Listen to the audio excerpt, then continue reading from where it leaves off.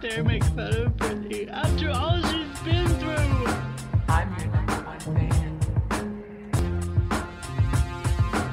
All you people care about is readers and making money off of her. She's a human! I'm also a man of heart and blood and soul. Heart and blood and soul. Heart and blood and soul. Born for you bastards! Heart and blood and soul. Heart and blood and soul. Heart and blood and soul. God, I love you. Hello and welcome to Devotee, the show where we talk to the creators we love about the stuff that they love. I'm Marion Blythe, and with me, as always, is Lucas Testro. Hello, Lucas. Hello, Marion. Lucas, who are we chatting to today? Our guest this episode is a writer and performer who has carved out a niche with her series of one-woman shows, taking audiences on hilarious musical journeys through some of our favourite genres of storytelling. She's tackled fairy tales in After Ever After, the spaghetti western in Death Rides a Horse, but her show at last year's Melbourne Fringe that first caught our eye was the gothic adventure Merryweather's Monsters, which audiences have a fresh chance to see this month at Adelaide Fringe and in March and April at the Melbourne International Comedy Festival. She plays a dozen different characters on stage on a slow night, but tonight, hopefully we'll get to know a little more about the one woman behind them all. Rama Nicholas, welcome to Devotee. Hi, thanks for having me. That was an enormous introduction, wasn't it? That was really impressive. Well, I feel like I got to do something because it's just you on a stage for all of this time being all of these people on an average show. Oh, that was your own one-man show there. And that's the closest I ever want to come to doing a one-man show. No, that was a great intro. I was like, gee, that sounds really I have done a lot. I am impressive. Jeez, I am, yeah. So maybe tell us what Merryweather's Monsters is about, since it's your current thing. So it's a gothic adventure. I love story. So it's sort of like it's like a play, basically, or a film. Yep. You know, it unfolds like a film would unfold. But I play all the characters, and I do all the accents and switch between them.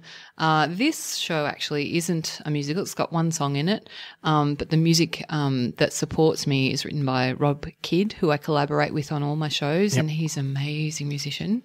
Yeah, so this show is basically fulfilling my desire to do the gothic genre. What's the pitch, the elevator pitch for what the story of this one is?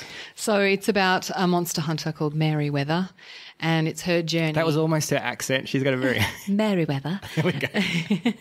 Hello, my name's Merryweather.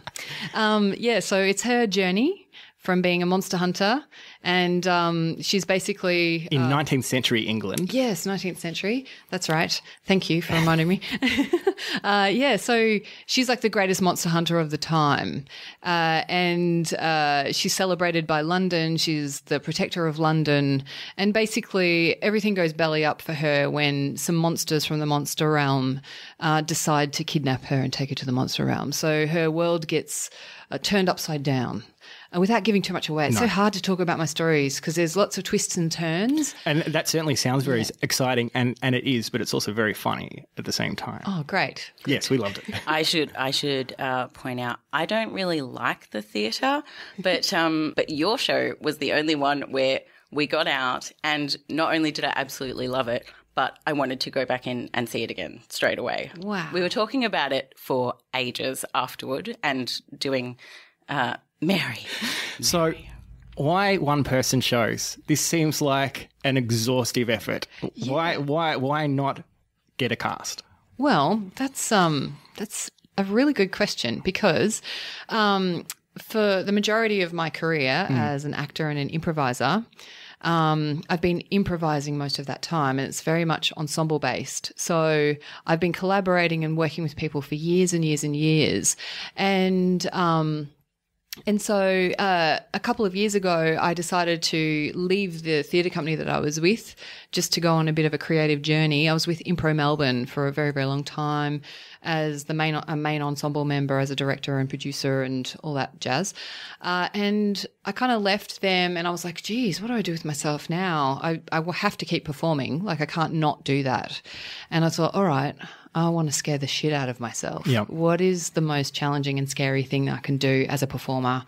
And the answer was a solo show. So I'd had this sort of idea my first solo show was Death Rides a Horse, and I'd had this idea of a Western. I'd been playing around with Westerns in the impro world as well, so I knew I really loved the genre, and I love Western films.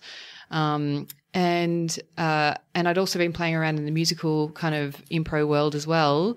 And I had this idea of the Day of the Dead because I love Mexican culture, right? Yep. So all the ideas came together, and then all of a sudden there was this story there, and I'm like, I think I want to do this. And that show has about 16 or 17 characters that I play. All of them. I play all of them. You jump between the voices so smoothly. There was at no point in the whole show where I was thinking, which character is that? They were so distinct. It's how do you even do that? I don't. Thank you. That's really great, because that's actually one of my biggest goals, is to not only suspend the audience's disbelief that they're just watching one person up there playing all these roles. So after the first 5 or 10 minutes, my goal is to try to get the audience to see all the characters on stage. I was just about to say I could see the big hulking monster when, you're this woman standing in front of me, but I could see those characters. Well, I guess also with that, it comes a certain amount of discipline in terms of using your body, physicalization, to be able to differentiate between the characters. And vocally, of course. I've always loved playing with accents and singing and all that kind of stuff, and have done a lot of that in my improv career. But these shows challenge me more than any other production I've ever done, because I'm going from multiple different accents, different countries, to masculine to feminine. So tonally, it's really challenging. And I actually, on Death Rides a Horse, I had to see a vocalogist because I was wearing my voice out, and it was becoming really strained, and it was hard for me to keep pitch when I was singing because basically I wasn't using my instrument correctly. I was just straining and putting too much pressure on it. So I had to go back and get some learn about how to use my voice properly, because, for years I was just trashing my voice. I was just using it thinking it was like this indestructible thing that we all had, that we could all just like play around with whenever we wanted. But I found it's just not the case. Like, you actually have to be really disciplined and do the exercises, do your vocal exercises, which, in the past I would have found really wanky. But now I do my vocal exercises, and I try to relax my voice, try to relax my body. I try to, do all this stuff to make it work, so I don't run out of steam. So has that benefited you, like opening doors to being able to try new things and try new voices or vocalize more? Or yeah, absolutely. Yeah, I'm always playing around with different things. Different voices and characters, and because you successfully pull off a romantic interest with yourself in Merryweather. I know. Which is quite a feat. There's some element of narcissism in performance, I guess, anyway, isn't there? That's it. Yeah. How does the one-person show work when you're having an off night? Because it would seem to me that one of the benefits of working with a cast is that, you all have your day lives and stuff, and things are going well or going badly and things, and some days you're feeling sick or whatever, and you come in to a performance with different energy levels. Yeah. And it seems to me, if you have that night where you have a cold or something like that, there's one way you can get through, no matter how low your own energy might be. It's like one of those truisms is acting is reacting, is just play off your scene partner and just be in that moment. But when it's just you and you don't have anyone else to G you up, I guess, other than the audience, is that the answer? Like, how does that work on a night when you're just not really feeling it 5 minutes before you go on stage? Yeah, it's a little bit the same, because it's weird what happens in my shows. It's like my characters take over. So I'm kind of no longer there in a way. Like I'm there in a directorial sense, like I'm kind of managing the show. Rama's there managing, but the characters and the story take over. So I am relying on their different energies to pull the other ones up. And I've literally had nights where... So you're saying you might do something that surprises you one night as one of those characters? Absolutely. And I've also had nights where some characters aren't doing so well. They're fucking up all the time. Like, just one specific character will be fucking up, or like just energy is weird. And so other characters have to lift them up out of it. Just like in a play. It's so strange what the brain does. Yeah, but just to answer your question a little bit better is, yeah, if I'm feeling like shit before I go on, you got to have a little bit of the suck it up mode. Suck it up, bring it, get it out there. When you cross that line, when you cross the line between the curtain, and the stage, just bring it, because you've got to honour your audience. I'm a big believer in honouring my audience. They've all paid their money to be there, and they've taken time to come out and park, and, they don't know what they're coming to see, most of them, and I want to show them a good time. It's my job to show them a good time. And I don't want to make excuses. Oh, I've got a cold. Ooh, I'm not feeling great. It's like, it's just not on. It's not the kind of job where you can do that. Also, another thing is sometimes if you're having an off night in terms of audience energy, I'm a big believer, and this comes from years of doing improv, I'm a big believer in, if audiences aren't laughing, it doesn't necessarily mean that they're not enjoying the show. And as you know, my shows are so fast paced, you have to keep up. I'm asking you always, keep up with me. I'm not going to slow down for you, right? So sometimes people are so into the narrative, that's what they're enjoying. And so I have a strong belief that if they're not laughing out loud, then they're into the story. And my goal is to put them in that story. So I try not to feel too bad or insecure if I'm not getting that instant feedback from them. And if I have a small audience, I give them a little more, just that kind of a bit more of a connection, just so they feel a little more comfortable in the room. Yeah, you interact with the audience, like you break that wall and ask questions and, Well, I was going to say, speaking of making them comfortable, there is a little bit of audience participation in Merryweather's Monsters. Yeah. I don't know about your other shows. That's something that I feel like divides people. I know, I'm terrified at the prospect of audience participation. I think I like control. Yeah. I'd probably be a very bad improviser. We should talk about improvising in a moment, because I'm terrified of whenever I go to speak and then I'll say the wrong thing, not even say what I'm intending to say. I hate audience participation, but I was champing at the bit to when you asked for the next word in the poem or the song. In the song, was it a poem? It was a poem. Yeah, and love poem. And so I gave you what I thought was an amazing word. I think I said kindred.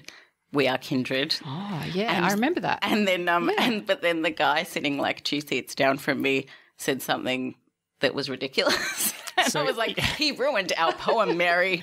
It was terrible. How do you go with interacting with the audience and using the audience to move I feel the like you're suggesting there that the audience can be wrong, which is probably not part of your... Is that a thing that's possible, that the audience can be wrong when you ask them something? Oh, not necessarily. You always want to make people look good. You want to make them look good and feel good. And, sometimes you have smart-ass audiences and you're never going to get that romantic, passionate poem that, perhaps Percy would like. We're talking about one of my characters in the show, Percy. He writes a poem with the audience. But, Give us a little bit of Percy's voice. Is this terrible? I'm asking. It's like getting a dog to perform tricks or something. Hello, I'm Percy Shelley. So it's creepy, but it's hot. Yeah. Thank you. There's a pull quote for you. Yeah, put that on the flyer. Creepy but hot. Where do you reckon audiences fall? Am I in the majority or the minority of being uncomfortable about audience participation? I think a lot of people feel uncomfortable. So why do performers do it? I think because it's a way of connecting and it's a way of, for me, it's added diversity to the show. So I'm not just asking you to sit back in the dark for the whole time. I want you to participate in the energy of the show, and I want you to give something to the show as well. So I find that really rewarding. And it has an added dimension in your show. I guess this is possibly somewhat of a spoiler, but at least the participation doesn't sit isolated in that moment. It has a payoff later that is a reward for the audience, like you say, that you feel like you've been part of something. Yeah, exactly. So and I think it's important to have the payoff. I feel like I have to just make clear again, it's the most gentle form of audience participation I've had in a show. Nobody got embarrassed. Nobody gets put on the spot. It's only people who want to. Yeah, people who want to. Yeah, that's right. I feel like you're a much more keen participator, Marion. I'm a keno if I'm enjoying it. Yeah. So you're talking about coming from this improvisation route. Did improvisation have much of a role in developing Merryweather's Monsters? No, not in this show. So you just sit with your writer's hat on first and Yeah. Oh, actually, no. Having said that, I improvise the scenes. So I do a bit of both. I always use my improv skills when I'm writing something or creating something because they're such useful skills. And just to have that skill of being able to, if I'm stuck, if I've got writer's block, get up on my feet. Just get it up on my feet. Talk it out with myself. And it sounds crazy, but you got to kind of talk these things out, and just put some energy into it, to get more ideas. Because if you just sit there looking at a screen, it's hellish. So when you're doing these shows, Merryweather's Monsters, you've created the character, you wrote the script, you're the only actor. But one of the things I find interesting about one-person shows is that you still have a director. Yeah. So what's the function of a director in that kind of show where the actor's done everything else? Yeah. So for me, lots of people don't have directors when they do solo shows, which I don't particularly understand because I come from a theatre background. So I trained initially as an actor, and it's all about collaborating with the director, and the director really helps shape the show and helps you uncover things that you perhaps haven't thought of. They're there to watch you and see they're there as your eyes, as an audience. They're basically your audience through the creation process, and they're there to guide you to the best possible outcome. And I so believe in having a director. Like, it's so helpful. I really don't think the show would be as good. My 3 shows would be as good or as well kind of performed if I didn't have that director's eye watching me, giving me feedback. In Merryweather's Monsters, my husband, Adam McKenzie. This was going to be my next question. Go on. He was my director, and he did a fabulous job, really fabulous job. And we're both very similar. He's an improviser as well. We're both similar in the way that we love story. We're always talking about story. Adam's also from Watson, if people at the comedy group Watson, if people are maybe familiar with them. Yeah, they're great. So how does that work when your husband is your director? Is there ever any, is that all good, or is there any points where you're having disputes about one thing that's bleeding over into one part of your life, bleeding over into the other part of your life? Yeah, we actually were very professional. We sat down and talked about boundaries, right? And it was a really good conversation. Then we talked about who hadn't done the washing. That's right.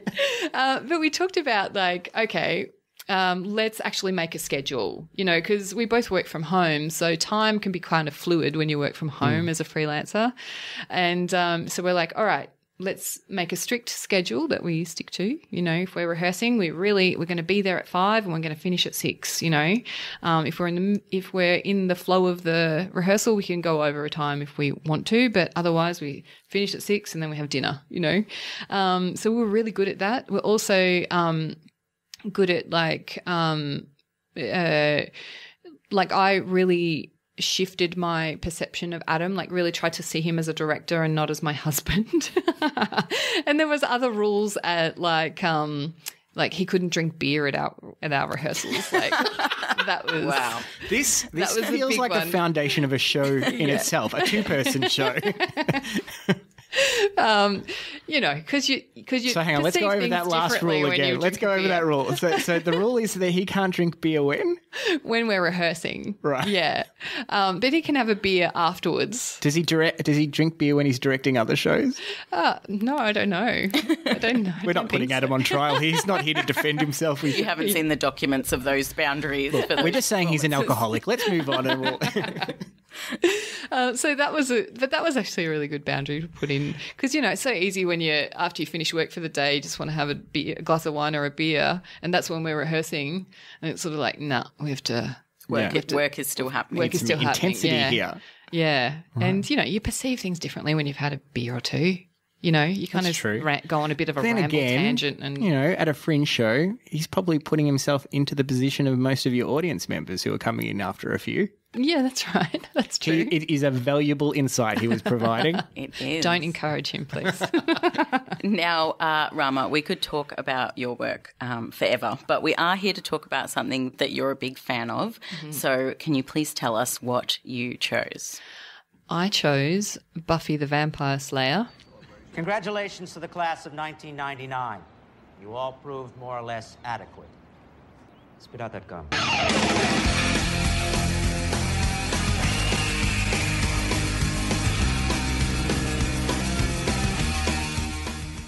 I'm super excited about this. We were pretty happy about it. Because, of course, it's a fantastic movie, and so we're just going to... Is that the last we'll talk about the movie tonight? Yeah. This is our first television show pick, which is exciting. Yeah. Yes. Oh. And a big favourite of mine as well. Really? So, yeah. What is it that you love about it so much? What sets it apart from other shows for you? Well, so many things.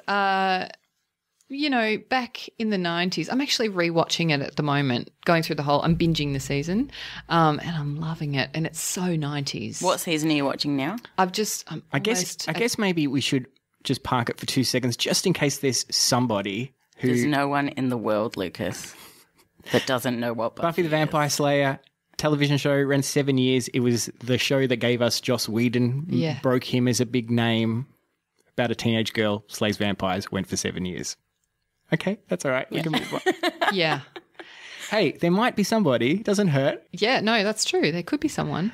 Sorry, carry on. So you're rewatching at the moment. Yeah, I'm at the end of season 2, so I'm at the heartbreak. It was still good then. Yeah. So I'm really enjoying it. I'm really seeing it as a very 90s kind of, end of the 90s kind of. It's amazing, so interesting isn't it? rewatching it because you have that thing, you've got the sort of squarer aspect ratio, but it's got that kind of very grainy, especially those early seasons. There's so much stuff at night in a vampire hunting show. Yeah. And they just don't like... It actually looks pretty terrible sometimes at night. It's so much grain on the screen to get through that. But it's kind of like, it's this wonderful like trip back into 90s television and backlot USA that whenever they have to walk through the streets of Sunnydale and there's the sort of one street that they always walk through though. Yeah. It's the ones when they're strolling along the street though, past like the fire hydrants and stuff like that. Yeah. And it just doesn't quite look like any particular. I don't care about any of that. It's the fashion. Remember chokers? Fashion, Those chokers? They're back. They're back, you know. Oh, really? Yeah, the kids are wearing them. Wow. That's good to know. Thank you. It's all coming back to the late 90s stuff. Which I don't feel like is a good thing. Yeah. No, some things should be forgotten. Good. But it is so rewatchable. It's the thing that struck me. I mean, it is such a, like, really, I feel like it and The Sopranos kind of defined what modern television came to be. Yeah. Like, we're still watching Buffy in so many shows we're watching now because it sort of brought respect back to the concept of serialized storytelling, which had been a thing that existed in soap operas and nowhere else really on television. And Buffy was the thing, and The Sopranos at that era, that introduced this idea of you would have a self-contained story every episode, but this season-long arc. It gave us the term "big bad," which writers use. Other characters in other television shows say it as a phrase these days. It's been like so influential. Yeah, I don't think it. Wonderful. I don't think it has aged well. Do you think it has aged well? It's aged.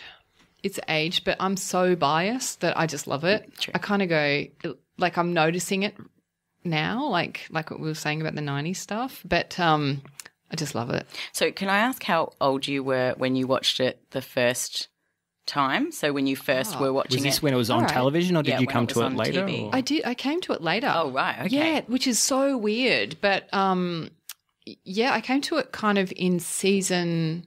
I came to it really late, like in season 6 or something like that. Really? And you liked it? Well, I did. I love Hang on, let's talk about good stuff before you get through. Oh, I love season 6. I love it so much because it's dark, so fucking dark.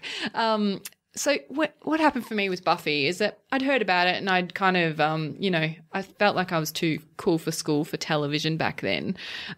So I hadn't paid it any attention. But when I finally discovered it, I was like, why me of all people have I not been watching this all my life? Because 3 things happened for me. One is that I'm a huge kung fu fan. So when I was a teenager, I loved Bruce Lee, and I'd watch kung fu films all the time. Right. And and that's just a weird kind of lovely passion of mine.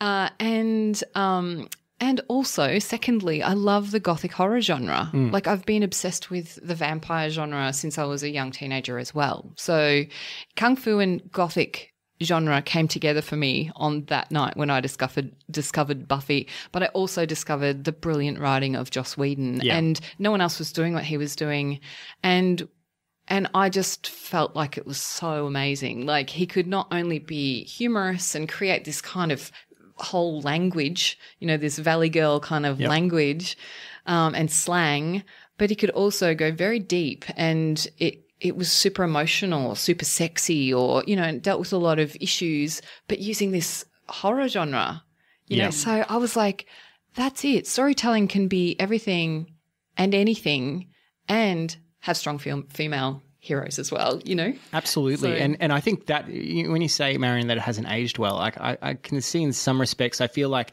that very sort of distinctive dialogue that he gives his characters, it was so startling at the time, but it's almost become a bit of a cliche because so many other people have done it later. I feel like that feels dated sometimes when you see how ubiquitous it is in the show. But I think what isn't dated is just, as you're saying, Rama, like the scripts are so beautiful. His ability, like just theme, like how much they relish theme, the importance of theme in a story, that the emotional journey is more important than the plot journey in those. But they managed to do them both brilliantly. Yeah. I mean, they've got so many great actors, in there as well. But like these just great characters, other than the main cast, you've got all these great guests, like guest characters like, Faith and the mayor. I love the mayor in season 3. Season 3 is probably my favorite season, with this very chipper kind of positive attitude, motivated mayor who also happens to be a demon worshipper who's done a deal to win his power, and Principal Snyder and all this sort of stuff. But they're just such moving stories. They are real characters and you bleed for them. Yeah. So were you a performer at this point when you're watching these? Yeah. So as you're having this, so did it change your storytelling in improvisation or writing as you're seeing this happen? Or it was just a thought of like, there's somebody else doing, this is where I can go with this. Yeah, it was more of that, I think, more of the latter. Because I've always been a bit of, I don't know. I've always been a bit gritty as a performer and as an improviser. Like, I get amongst it, I don't hold back, so and that's how I see Buffy. It just doesn't hold back. And so when I found it, I was like, oh, fuck, this is great. This is the best, so. I wanted to ask you about that, the feminist aspect of it. Buffy was just an ass-kicking legend, but she also had that sensitive side. She was delicate sometimes, but she was also, just awesome. And obviously in Merryweather's Monsters, she is an ass-kicking legend. Do you consciously try to do that with characters, like make powerful female characters? Well, I kind of look at it like I am a female. It's true. It's true. It's really real. And so that's what I identify with the most. But I just kind of explore the characters, and I really want to explore action. I really like action movies, and I love a bit of art house, but I'm a bit of a sucker for an action film. You don't need to apologise for this. I love that you love all these things. I'm just trying to pretend that I'm well-rounded. I love an action movie. I love an adventure film, an adventure story. So, and I want my main characters to be female. So, they gotta kind of be gutsy in some ways. Yeah.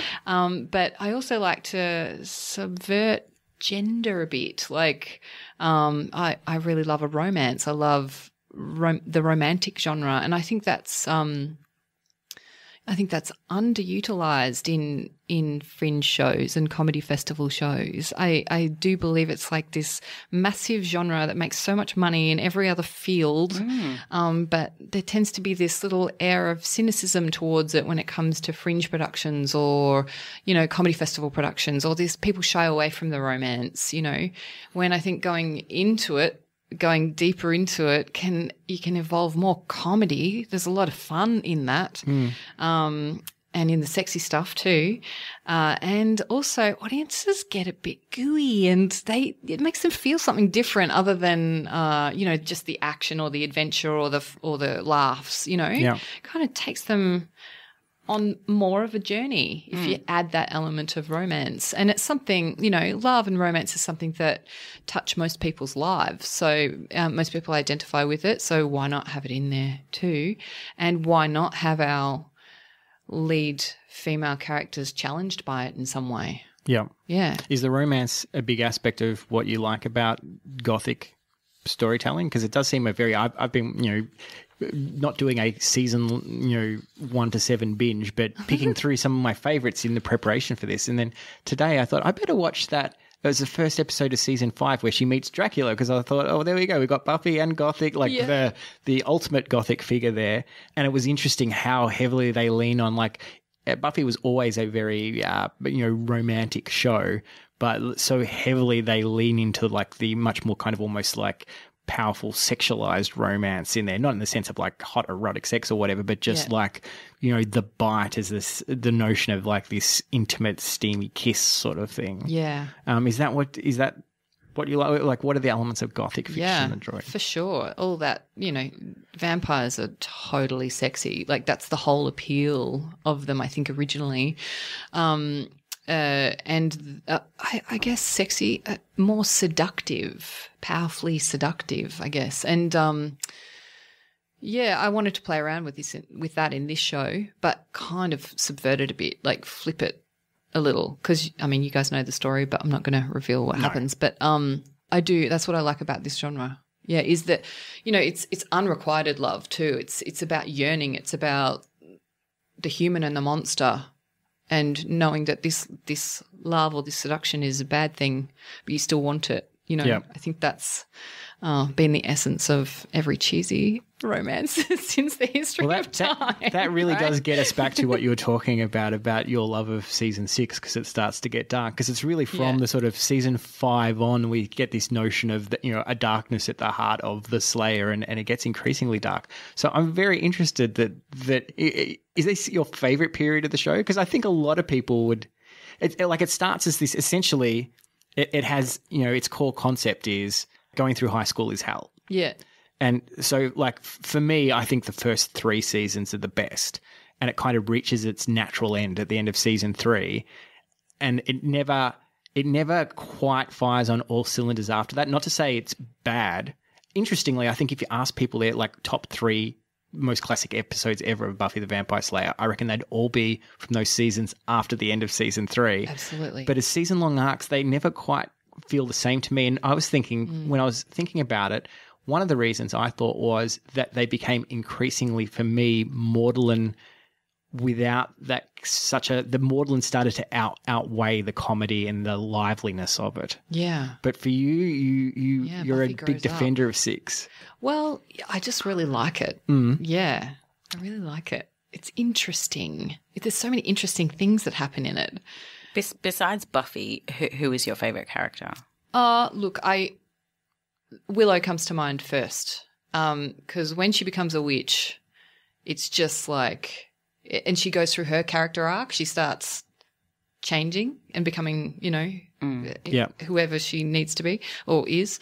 I found that really great, really fascinating. So now you have like 2 really strong superheroes in the gang, in the Scooby Gang, you know. So I like her. And as you say, he's not afraid to make them very flawed. Yeah. And conflicted about what they do. Like, you know, the audience is also, he leads them to be conflicted about, are they doing the right thing or are they doing the wrong thing as they go to the edge of it? It strikes me that it is, like, I know it's not the same as improvisation, but it seems to be a show that has a spirit very similar to that of improvisation in its like willingness to take risks and experiment. Like its willingness to take the characters in totally new directions. Its willingness to kill main characters that would never have died in any other show previous to that. It's like experimentation with like playing with the genre conventions. Like even just the ways I love how they play around with the opening credits of that show sometimes, just to screw with you, like put different characters in there. And the first episode famously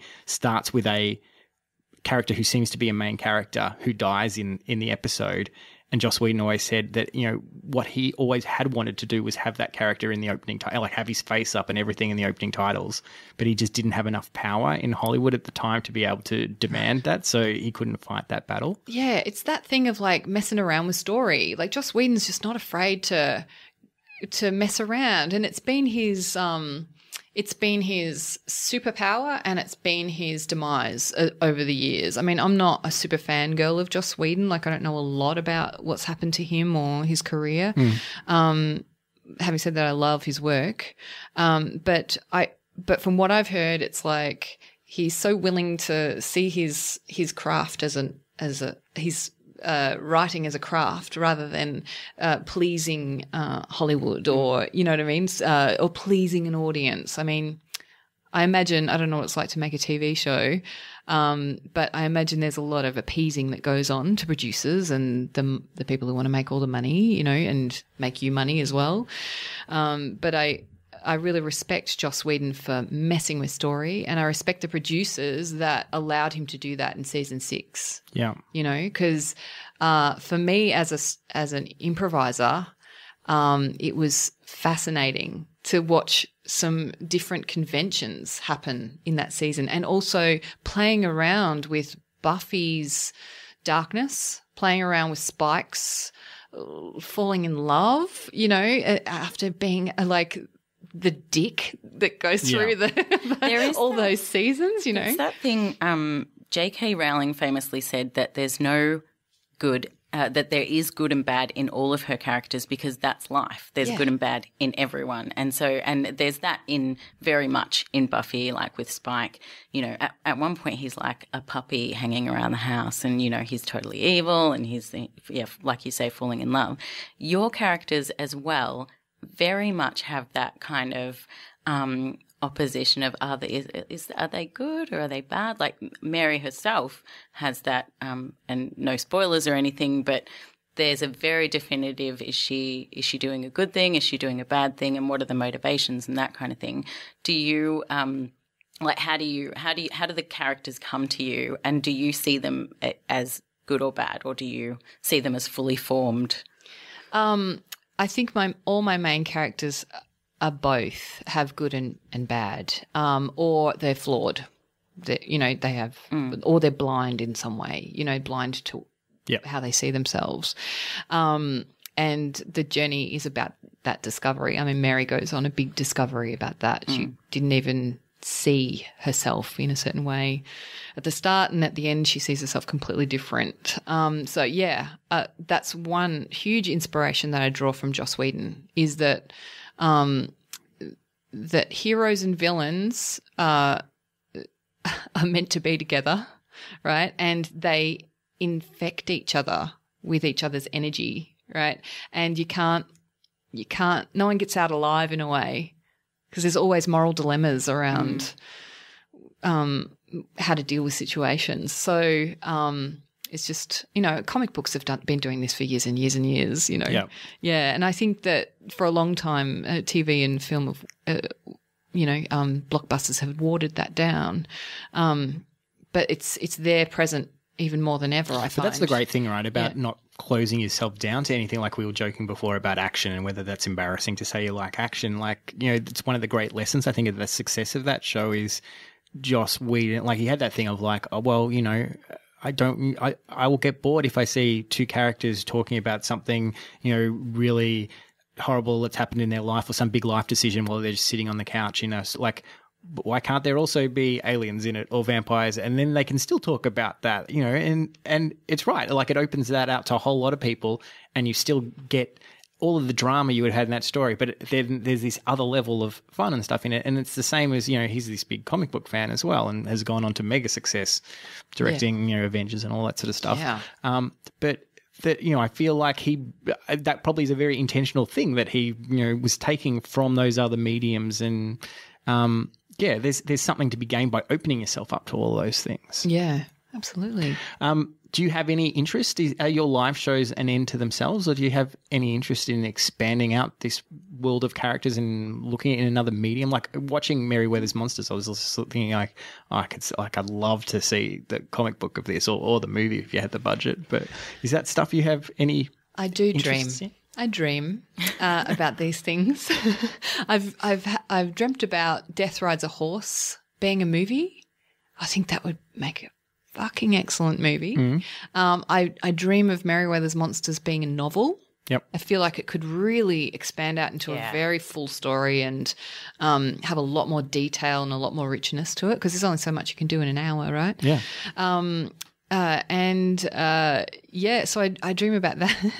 And I've dreamt about my shows being actual plays or musicals. So I did have a dream about After Ever After being its own musical with actual people cast in the roles, where I'm not in it and I just get to watch it be what it is with other people in it singing and dancing and like musicals and fairy tales. They're just cash machines these days. What are you doing? Get on this. It's true. What am I thinking? Right, the pitch.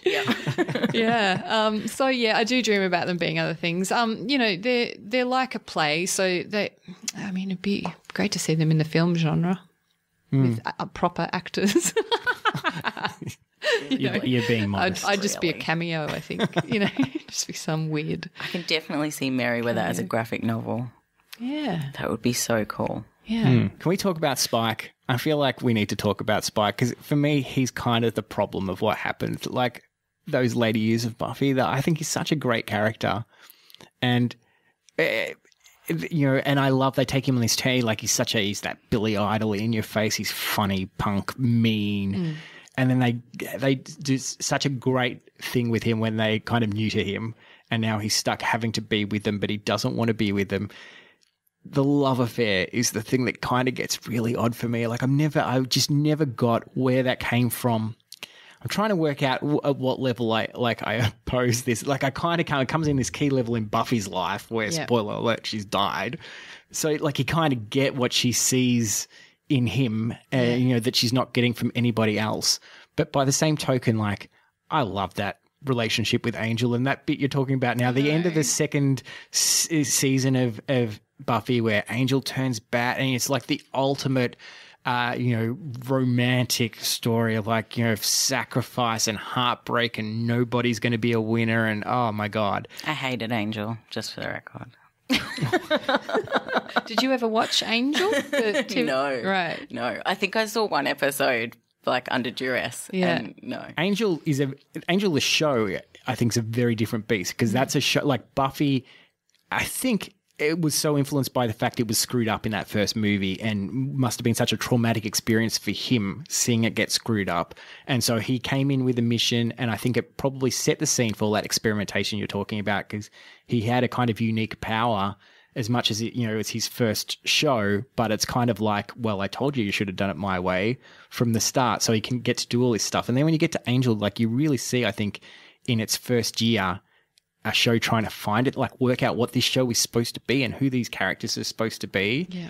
And are you a fan of Angel as well? I like it. I was a little bit like, oh, it's not Buffy. Yeah. But that's the thing. It had to go through, I feel like, this moment of going, well, it knew to start with, we're not Buffy. Yeah. But what's our metaphor? Yeah. I feel like they kind of found it when they had Lorne, the demon bartender.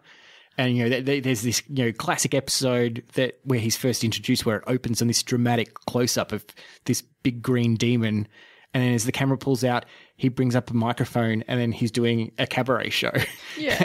Which is a classic, Buffy sort of playing with conventions. Yeah. But he really set that up. But Angel has, I think, one of the classic romantic episodes where Angel gets to be human for a day and like loses his powers in his vampire nature, in like a demon blood drips on him or something and reverses. At the same time, Buffy comes to town, and so it's the first time since he's. Oh my God, I'd forgotten about that episode. Oh my God! It's it was so traumatic good. because so good, they get to though, spend wasn't it? one day Yeah. together, and they get to have their love, and they can have sex without him turning evil and destroying the world. But as always happens, something happens, and he's going to have to give away his humanity, and it has one of the most traumatic final like 5 minutes of any I like crying and heaving as I'm doing which Buffy's doing at the same moment when she finally realizes what's about to happen. And it's like classic fairy tale thing too of like, you know, there's going to be the spell and now you'll forget, and she's like, I will remember.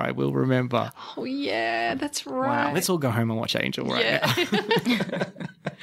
Yeah. Time's wrapping up, so we should start to wrap it up, I guess, which means no one else gets to controvert my argument about why Spike. That's right. How convenient. Why do you think Spike? Well, He does. I guess my point is, okay, I'm going to throw it out there. We can stretch. My point is, I feel like her love of Spike, as much as I understand it's because she died, diminishes her love for Angel, like the status of that, and I don't get what Spike sees in her, because he's got a scientific chip in his head that makes him not want to kill people. That's not the same. That was weird, that bit. Defend this. All right. I feel like, So- I guess I feel like they started to buy into what the fans wanted too much, and it changed the show. Maybe. Adam and I talk about, we talk about TV quite a bit. We watch quite a bit of TV. When you get to season, 5, 6, 7, shows tend to have this thing of they kind of eat themselves a bit. They're kind of like, all right, I'm going to tell you something. I'm watching The Vampire Diaries. I just binged The Vampire Diaries, right? I wasn't going to go there, but it's got vampires in it, right? So I was like, all right, curious.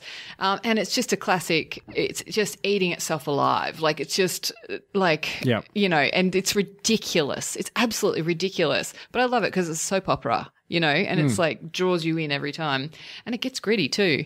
But I think what I liked about the Spike and Buffy romance is that I felt like the Angel yearning had to be gone. It just had to be over with, It's a high school love, which feels real at the time, but then we grow up. Yeah, that's right. And I really felt like this was Buffy's grown-up sex romp. It's that thing when you become a grown-up and in your early 20s, mid-20s or whatever, and you sleep with people that you shouldn't necessarily sleep with, because they're perhaps not really great for you. Yeah, it's not. I mean, we're talking about Spike here, but but you know what I mean? Like you experiment and you sleep with people who aren't great for you, and you hate yourself for it, but you can't resist them. It was so great for that. It was so complex in that way. And I liked how they didn't shy away from that with her. I know that Sarah Michelle Gellar had a lot of issues with it. And it was one of the reasons why she started to kind of wrap up the show in her mind. Yeah, she felt like it wasn't a journey that Buffy should go on. Do you know what I was also thinking today, though? As I was watching a lot of those episodes, I was like, I guess this gets back to my point about it feeling like it became more maudlin, was that I just felt like the sort of default in those seasons so often is her scowling, which is not what her face looks like in those opening seasons. Yeah. And I was sitting watching going, is this an actor who's sick of being on the show for so long and is becoming a star in that? But equally, that's what the story's having her do. It's like it's great that it went there, and they do so many startling things, whether it's, whether it's that amazing episode, The Body, where her mum dies and taking you through that, which is just an amazing piece of experimentation in television to like really using cinema to... And is Hush in that season as well? Hush is season 4. They're the ones that I reckon, if people are going to say, I reckon the three classics people talk to you straight away for me, I reckon would be Hush, which is the no one speaks for most of the episode. Brilliant. Terrifying. Yeah. The Body, which again is this amazing. Her mum dies in the opening frames, and it's like there's no music in the entire episode. They do all this sort of experimentation in frames and stuff that to basically put you emotionally into her place. Yeah, apparently it was filmed. It was mostly one shot. Right. Like they just followed her around, like a steady, like handheld camera. But like there's these, like the paramedics come and realize they can't save her mum, and there's this whole conversation where it's framed on the paramedic's nose and down, so we never even get to see his eyes, which puts you in that place of later, like she wasn't there with him, she's in another space, and there's a point later where a doctor's talking to her about what killed the mum, and then as his mouth moves, they dub a different line over as he says she probably she would have felt no pain. And then as he keeps talking, a new line's put over the top where he says, we have to lie so we don't hurt your feelings. And, it's so much to put you kind of into that emotional space. And then there's the musical episode in the 6th season. Love that. It's very interesting that it hits these great highs. It's sort of experimenting there. It definitely never jumped the shark. They bring in Dawn without her ever being Scrappy-Doo. Without what? So you get Scooby-Doo, and then in the last season, then in comes Scrappy when they need to, there's always that episode, growing pains, and then now, Brian Bonsall joining Family Ties. Now we've got a new kid because we need to get more story in the last few seasons. How do you know that kid's name? It's really disturbing. Everybody knows that kid's name, but I don't think she ever becomes that for me. I was reading about how she was the most annoying character of all time, and that actor actually went on to, it's like her curse. Like she actually goes on to play the most annoying character in other television series as well. I would have She's super nice. She's super lovely and talented, but she just gets these really whiny, annoying I would have roles. kept Dawn to get rid of Willow. I didn't like Willow. Really? No. See, What do you like about her? I found like everything that she said really insipid and annoying. She's supposed to be this intelligent kind of whatever, but she talks like this and everything. So, okay, Buffy. Like she's just this. It's so interesting because, I hear Right from the start, you felt that way? Yeah. Right, and it didn't change even when she became a witch? It did, yeah. When she became a witch, I was like, all right, she's okay now. Whereas what I say to you is that I think you hear what you say is like this Valley Girl accent is actually her not being very confident. She's sort of socially awkward in those first years. There's definitely that change where she becomes herself, like who her true self is, and she's absolutely fine then. Because like when you get to season 4, you get her and she meets Tara. And then effectively Tara speaks the way she used to. She's got a stutter instead, but you got Willow's this very confident in her own skin person now who has much less. Like she's always a bit goofy, but I think that's kind of adorable about her. I mean, and they have that wonderful moment again in The Body with the mum's died where there's a whole scene that they get the character's anguish by her trying to work out what top she needs to wear to go to the morgue, and she can't find the one top that Buffy's mum used to like, and all of her jumpers are pink with like cartoon characters on it, and she's like, why can't I dress like an adult? And it's heartbreaking. Yeah. But I think it's a confidence issue, and where you hear like a ditz, I think. Yeah. I was reading about how she was cast. They didn't originally cast what's her name? Alison Hannigan. Alison Hannigan. They cast someone else who was more kind of I don't know, Valley Girl looking, more kind of modelish, classic modelish, and it wasn't working. And so then Alison came in for an audition, and they didn't see her straight away. Like they saw her, but they didn't see her talent. And then when she came back, they were like, oh my God, that's her. That's the one. Because she just kind of brings this, she had more of an arc to develop because she kind of brings this normality to the role and this, she's almost sort of not acting in a way. I know she kind of has this annoying thing that you don't like, but she's overacting. Right. Yeah. It's weird. Yeah. But she's like kind of insecure, but dopey, goofy, but smart, but not dopey, sorry. But yeah. And she brings a lot of heart, I think, personally. Yeah. Look, she won me over eventually. Yeah. But I did want to throttle her for most of the first, 3 seasons. Yeah. We need to wrap up. Okay. We do. To wrap up, pick one episode. Sophie's choice here. If there's someone out there who hasn't watched Buffy and you want them to watch one episode to see how great this show is as a taster, pick one for us that they should go find. You have to, Rama. But we kind of did that though with the 3. I told mine. Like there might be a different one. 3 too. Yeah, they're pretty solid. Yeah. Yeah. Oh shit! No, they're the ones I reckon. The Body, Hush, and and The musical. And the musical Once More with Feeling. Once More with Feeling. I do like the episode where Buffy and Spike fuck the house down. Wow. Literally fuck the house down. Wow, I don't even remember that. Yeah, that's a pretty fun episode. Is that what the passionate. episode's called? Yeah. Is it like a Friends title, the one where they fuck their house down? Awesome. Well, thank you so much for joining us, Rama. Thanks for having me.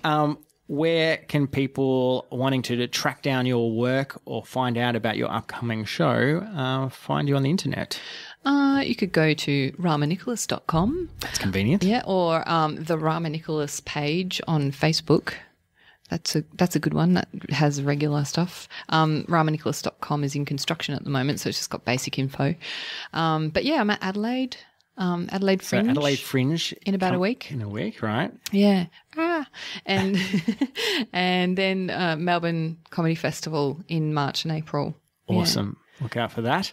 And you can find us on Facebook and Twitter at Devotee Podcast or email us at devoteepodcast@gmail.com. So why not drop by there and let us know your thoughts about Buffy or about Rama's work, and we'll also have links to where you can get tickets for her upcoming shows. So there's lots to check out there. Until next we meet, when another of our favourite creators will drop by to nominate their favourite thing, and we'll do it all over again. Goodbye. Bye. Bye.